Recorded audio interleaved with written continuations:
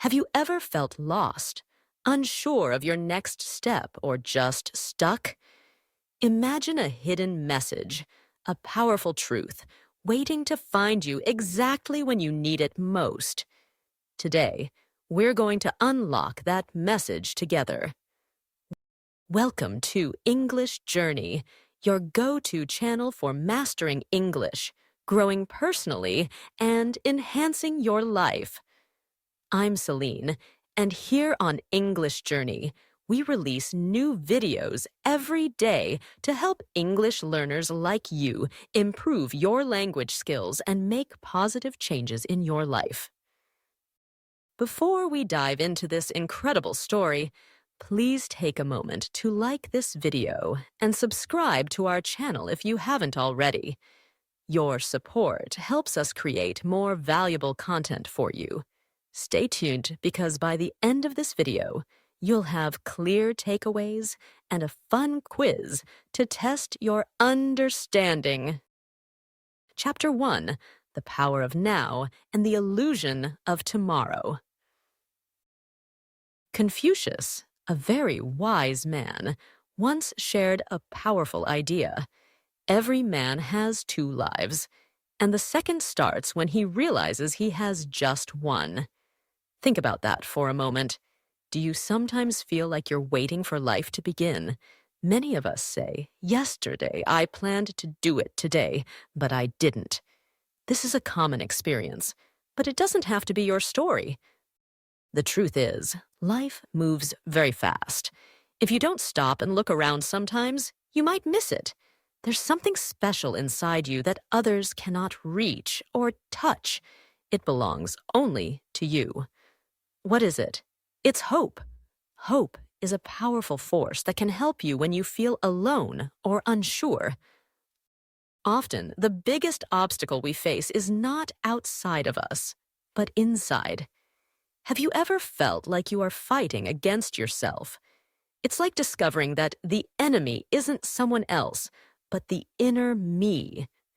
This inner struggle can stop us from starting new things, from making changes we know we need. We think too much and feel too little, prioritizing machinery over humanity and cleverness over kindness. We sometimes get so busy that we don't know if we are truly living or just completing a to-do list. And then we might wonder, whose to-do list is it? Is it our own desires? Or are we trying to meet the expectations of others? This constant pursuit of external validation can leave us feeling unfulfilled. Understanding this is the first step to taking control. No amount of money can ever buy a second of time. Time is more valuable than money because you can always earn more money, but you cannot get more time. This simple fact reminds us to use our time wisely. Life is not just about time passing. It is a collection of experiences, how often they happen, and how strongly you feel them. Imagine filling your life with rich, intense experiences. This is how we truly live. For example, if your friend Mark lived 4 lifetimes in one, even if he died young, he might not have died too young because of the intensity of his experiences. Chapter 2, Embracing Change and Taking the Leap. What will you do starting tomorrow that will make a change in your life's direction? This is a good question to ask yourself. If you don't do something starting tomorrow that makes a difference, the next 5 years will likely be just like the last 5. But the good news is, you can change your whole life any day you wish. It's never too late to make a change or to show up for yourself. You might not be able to change the beginning, but you can start where you are right now and change the ending. To achieve great things, you have to jump.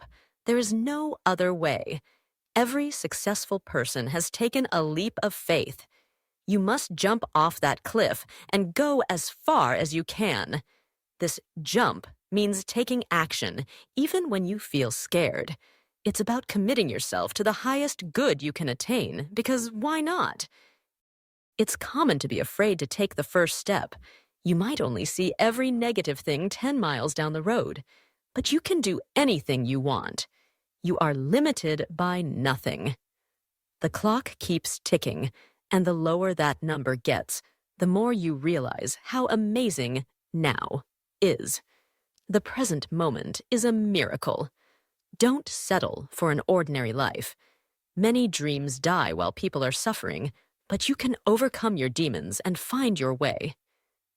Sometimes we think we need to take care of others first.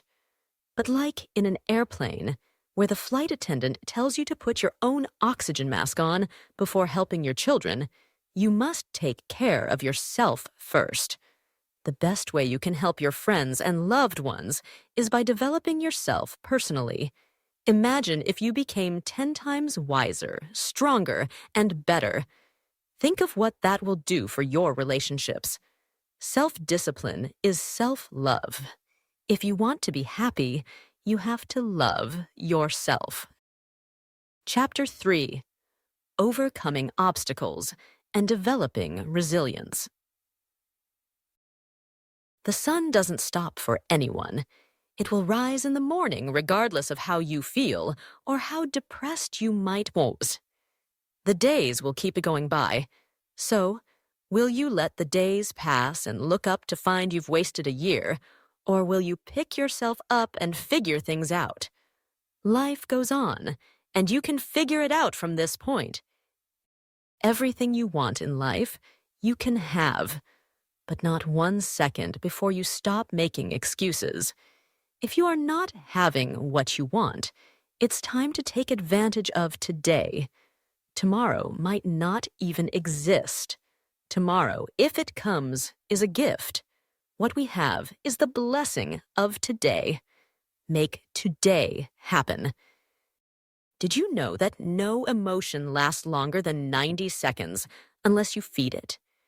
The actual physical feeling of any emotion naturally goes away in just 90 seconds.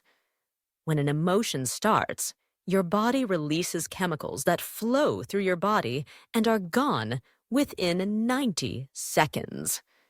This happens unless you keep the feeling going with your thoughts. This isn't just positive thinking, it's neuroscience, discovered through research by Dr. Jill Bolte Taylor at Harvard. What keeps emotions lasting is not the emotion itself, but the stories we tell ourselves that start the chemical response again. Next time you feel anger rising, try this. Notice the physical feelings, like tightness in your chest or heat in your face. Then simply count to 90 while breathing. Do not fight the feeling. Just watch it pass through you like a wave. You will actually feel the physical intensity decrease as the chemicals leave your body. This simple awareness gives you great power. You are no longer controlled by emotional storms because you understand that they are temporary. Emotions are like weather. They always pass if you don't fight against them. Disappointment is not caused by what happens to you, but by the difference between what you expected and what actually happened. You have the power to reduce that difference. Cognitive reframing is a way of thinking that changes how you see a situation without changing the situation itself. It means adjusting your perspective to see the situation more clearly, with less negative thinking and more possibilities. For example, if you didn't get a promotion you wanted, a negative way of thinking is, I'm a failure. I'll never advance. A reframed perspective might be, this is one setback in my career journey. What specific feedback can I get to improve my chances next time? Notice how one way of thinking closes doors, while the other opens them. Reframing changes difficult disappointments into challenges you can act on. It's not just positive thinking, it's accurate thinking that acknowledges difficulty while maintaining your ability to act. We prepare first aid kits for physical injuries, but what about emotional ones? An emotional first aid kit is a collection of tools, activities, and reminders that you prepare in advance to help you during emotional difficulty. The important part is to build it when you are feeling well, not during a crisis. Your kit should address your specific emotional triggers and include things you can see, hear, touch, and do to stop emotional spirals and activate your parasympathetic nervous system. For example, for anxiety or self-doubt, you could select a physical action like 10 jumping jacks, a sensory element like a specific scent, a cognitive intervention like a mantra or specific question, and a social component like texting a supportive friend. Store these as notes in your phone, along with reminders of past challenges you've overcome. This proactive approach changes how you experience difficult emotions. Instead of being surprised, you are ready with customized tools that actually work for your unique brain. Emotional preparation isn't paranoia, it's wisdom. Chapter 4. Changing Your Mindset, Changing Your Life. Have you ever tried to stop thinking about something only to find yourself thinking about it even more? This is called rumination, and it is repetitive thinking about past events or negative emotions. It is different from problem solving because it goes in circles without finding a solution. Trying to directly stop ruminating actually strengthens the thought pattern. It's like telling yourself, don't think about a pink elephant. The key is not to fight the thoughts, but to change your relationship with them by interrupting the pattern and changing your focus. When you are caught in a rumination loop, try the 5-3-1 technique. First, name 5 things you can see right now. This activates your visual cortex. Next, physically move to a different place, even if it's just across the room. Then, do something absorbing for 3 minutes that requires focus, like counting backward from 100 by sevens. Finally, choose one useful action related to the problem if possible, or something completely unrelated if not. This technique works because it redirects your brain's attention resources to something else. Your mind is like water. It needs to flow somewhere. Give it a constructive channel.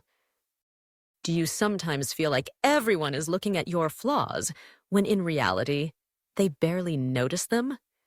This is called the spotlight effect. It's our tendency to overestimate how much others notice and care about our appearance, actions, and mistakes. Cornell University research demonstrated this when they asked students to wear embarrassing t-shirts, and the wearers greatly overestimated how many people actually noticed. This happens because we are the center of our own soul world, aware of every small detail about ourselves. But everyone else is the center of their own world too, primarily focused on themselves. Understanding the spotlight effect is very freeing.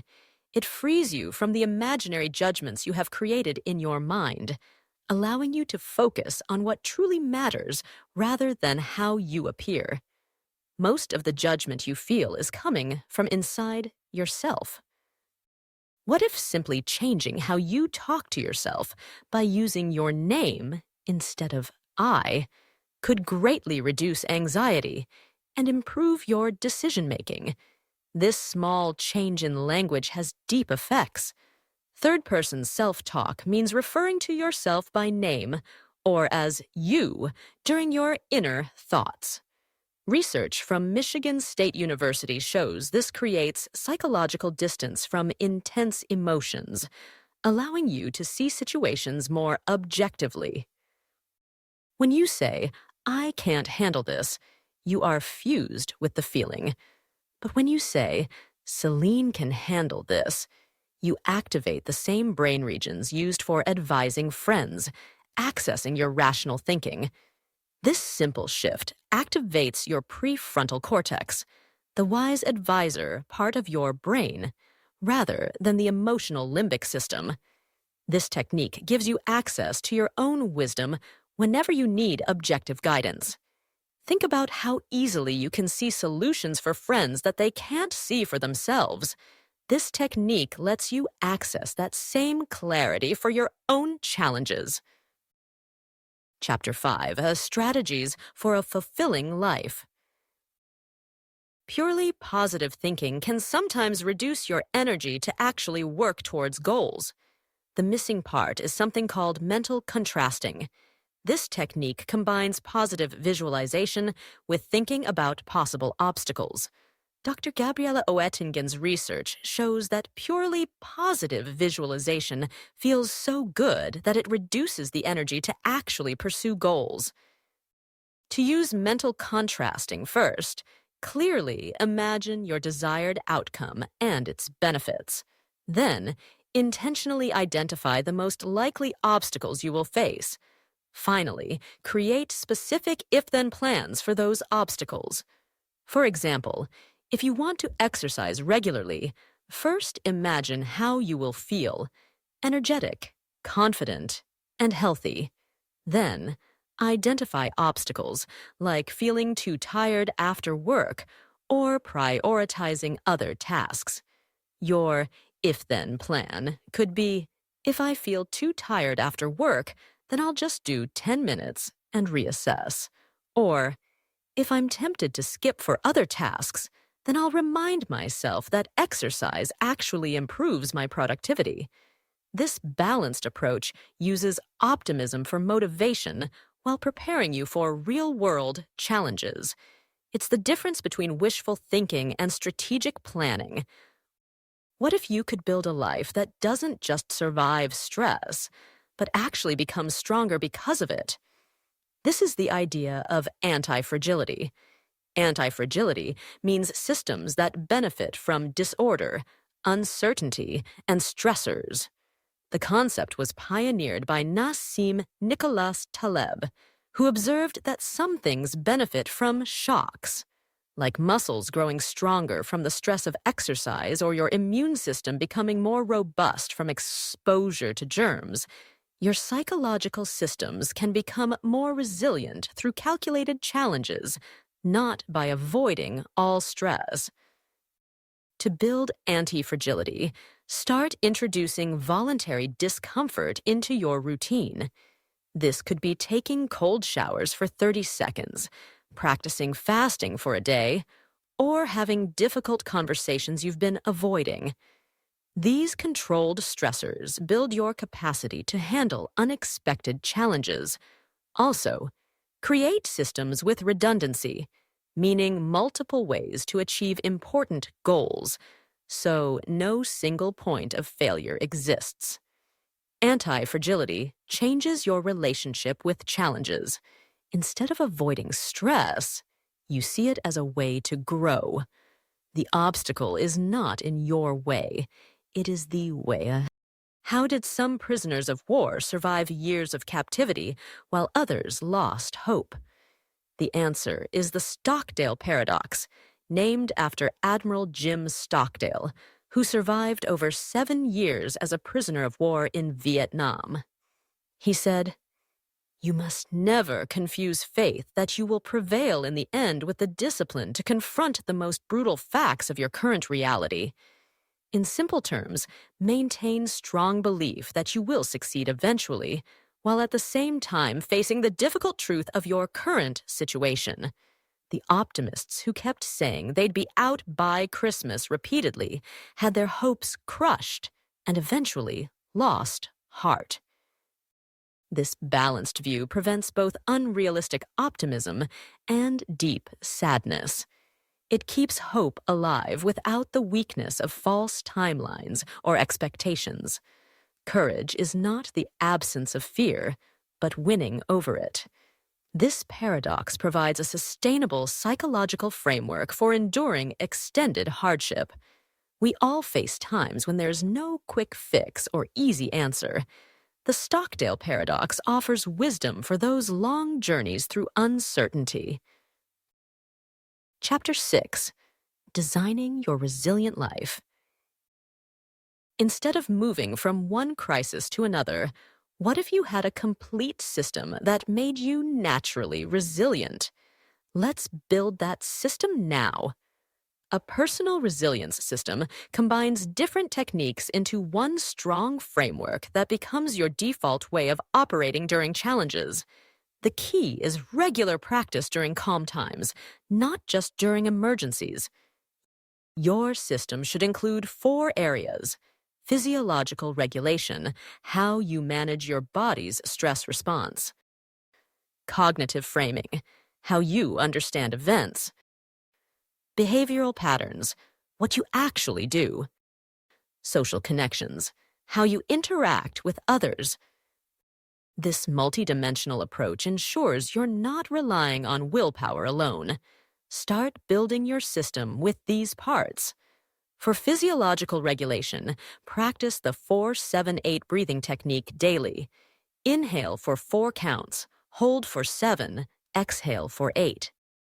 For cognitive framing, use third-person self-talk and the Stockdale paradox. For behavioral patterns, use the 90-second rule and mental contrasting. For social connection, identify 3 to 5 people who form your support network. Schedule weekly practice of these techniques so they become automatic when you need them. This approach changes resilience from a personality trait to a skill you can develop. Like a well-designed machine, your resilience system works even when parts of it are under stress. Systems quietly outperform willpower every single time. We often admire resilient people as if they were simply born that way. But resilience is built through consistent practice and intentional design. If you focus on becoming just 1% better every day for a year, you will end up 37 times better than when you started. 37 times. All it takes is to improve just 1% every day. The best part is, every day it gets a little easier, but you have to do it every day. That is the hard part. The reason you might be quitting or not even starting is because you are focusing on 100% improvement at once, instead of just 1% daily improvement. Taking the first step is important, but continuing to take small steps every single day is even more important, because you cannot fail if you just keep trying. You have 2 options in life. Option 1 is the easy and safe option of staying exactly where you are. Option 2 is the uncomfortable choice of making a change. Whether you like it or not, you are choosing one of these options every single day. If you have been choosing option 1 for too long, remember that no book, podcast, or motivational quote can do the actual work for you. You need to change how you see things for the things you see to change. Recap, takeaways. Let's quickly review the powerful ideas we've covered today. Embrace the present. Time is your most valuable asset. Make the most of now. Take the leap. Don't be afraid to start new things or jump into challenges. Manage emotions. Emotions are temporary. Use the 90-second rule and emotional first aid. Reframe your perspective. Change how you view situations to find opportunities. Break rumination. Stop negative thought loops by redirecting your attention. Understand the spotlight effect. Most people are not judging you as much as you think. Practice third-person self-talk. Gain objectivity by using your name when talking to yourself. Use mental contrasting. Balance optimism with planning for obstacles. Build anti-fragility. Grow stronger from challenges. Don't avoid them. Apply the Stockdale paradox. Maintain hope while facing harsh realities. Develop a resilience system. Build a comprehensive framework for handling life's difficulties. Focus on 1%. Improvement. Small daily changes lead to massive progress over time. If you found this video helpful, please like it and subscribe to English Journey for more content that helps you grow and learn English. Quiz. Now, for a quick quiz to check your understanding. Think about these questions and how you would answer them based on what we discussed. Write your answers in the comments below. I'd love to see your thoughts. Question 1. According to the 90-second rule, how long do emotions typically last unless we continue to feed them? Question 2. What is cognitive reframing, and how can it help you deal with disappointment? Question 3. What is the main idea behind third-person self-talk? Question 4. If you improve just 1% every day for a year, how much better will you be than when you started? Question 5. What are the 4 main areas you should address when building your personal resilience system? Please share your answers in the comments. Remember, this will find you when you need it most. The wisdom and tools shared today are here for you, ready to emerge exactly when required. Your resilience isn't measured by avoiding storms, but by how you dance in the rain. Start by choosing just one technique that resonated most with you today. Practice it deliberately for 1 week, notice what changes, and then add another. Building resilience is a journey, not a destination, and it begins with a single step. Take that step today. Your journey to mastering English and improving your life is a continuous one, and every step forward, no matter how small, counts. Thank you for joining me on English Journey today. Until next time, keep learning, keep growing, and keep believing in yourself. Goodbye for now.